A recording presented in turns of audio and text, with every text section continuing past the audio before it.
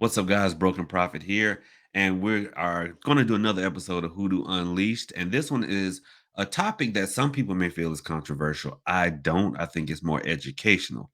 But if you are offended, then you can write your complaint letter on a sheet of paper, fold it up real nice, turn that PG now. Can't say that. Just understand, I'm not seriously trying to offend anyone. I'm just trying to educate. So charge it to the head, not to the heart. But before we get started, I do want to thank those of you who donated. Thank you to Letitia, to Erica, and to Ian. You guys are amazing. Thank you so much. You help to keep the Hoodoo dream alive and allow us to keep doing what we do down here in Hoodoo Central. This is going to be a one take Drake, guys. Minimal editing, minimal editing. But if you want to donate, please it's either going to be up here, Cash App, Venmo, whatever. Anything is appreciated. Thank you so much. But like I said, if I forgot your donation, please, please, please hit me up on the text line. It was completely unintentional. Now, let's get into the topic. In order to understand whether or not hoodoo is a closed tradition, you got to understand what a closed tradition is. A closed tradition is we understand, right? We understand that every spiritual tradition comes from a specific group of people, either by racial group, by geographic location, but it comes from a specific group of people. And that group of people or the spirits that they serve may not be open to people who are not from that group coming and practicing the tradition. Now I know you guys, hey, the world is so open now, but it has not always been that way. But a lot of times now people are asking me questions. Well, is hoodoo a closed tradition? Or some people will actually contact me saying, I know hoodoo is a closed tradition, but, and let me be the first to say, if no one else has said it, thank you for at least asking. That has not always been the case. Y'all know what I mean. A lot of folks will just kick in the door, boom. I read me a book. John the Conqueror called out to me, I am going to be a hoodoo worker.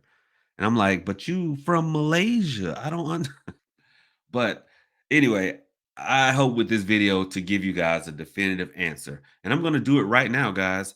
The answer to that question of is hoodoo a closed tradition, meaning is hoodoo only open to African Americans? The answer to that question is yes and no. And I know before y'all start throwing your phones or punching your monitors, allow me to explain why the answer is yes and no, yes or no, yes and no. And it cannot, it's just, it just is. Simply put, the power of hoodoo comes from the African ancestors who landed on American soil. That's where our strength comes from. Yes, you can use in hoodoo. We know everybody's got a spiritual battery inside of us, and we can power our workings just off of that battery. We can, but you are going to burn out real fast. When you see some of these workers online or in your neighborhood and they're like 35 years old, but they look like they're about 70, it's because they're not using their ancestors to help fuel the work. They're just running off their battery and they're burning themselves out. Think of it like a car. You can turn the key just a little bit where you don't crank the engine up, but you've engaged the battery, and you can turn on the headlights, listen to the radio. But what happens if you do that for too long? That car ain't gonna crank up. The battery is going to die. And it's the same thing. So the ancestors help to open the door between this side and the next and to kind of fuel our workings. So the power of hoodoo really comes from the African ancestors. So the no part, well, no, the yes part of is this a close tradition? The yes part comes from that very reason. The African ancestors suffered, and we do today still in some aspects, but they experienced such atrocities that it would be hard for them to accept someone who does not look like them. And I know a lot of people don't want to hear that, but that is the God honest truth. And you will hear people say that spirit has no DNA, spirit knows no color. When you work with spirits enough, you know that they have very long memories. We're not talking about vibrations, we're not talking about energies. We are talking about thinking sentient beings who are just no longer encased in flesh, but they do remember. And for people who say, "Oh, well, now, now that they've crossed over," we all know that there are some angry spirits out there and they are angry for a reason. I want to give you guys an example of there's a town near to me called Valdosta, Georgia. And in Valdosta, there was an atrocity that happened. There was a lady by the name of Mary Turner. Now, let me give you guys a little backstory first. We're talking like the early 1900s when this happened, and there was this white farmer, and he would go to the jail and he would bond people out, bail them out, with the caveat that they would have to work on his farm in order to pay him back the money that he spent in bailing them out. So he bailed out this, few fellas. And one morning he went to go wake them up. Like, hey, it's time to start working this farm. Well, this one guy, a 20 something year old black guy, was like, no, I'm sick. I can't work today. I'm sick. And so, of course, the farmer's like, that's not going to fly. You owe me money. So an argument ensued, and the black guy ended up shooting the farmer. Well, that kicked off a huge ordeal in which the townspeople got into hanging frenzy and they just decided, listen, they just started hanging almost every black person they saw. It's history. You can look it up. Mary Turner, who I mentioned earlier, her husband, who had nothing to do with that situation, was one of the men who were hanged. I said hung, but it's hanged. Was one of the men who was hanged. Mary Turner spoke out about it, letting the mob know, listen, this will not stand. My husband had nothing to do with that. And she told them that she was going to swear out warrants for their arrest.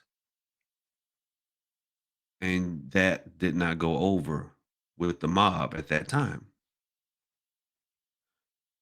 I did not mention that Mary Turner was almost full term pregnant. The mob took her,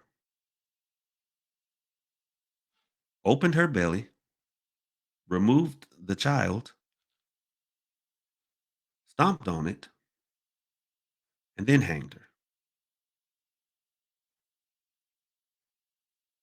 If you were a spirit, how long would it take you to get over that?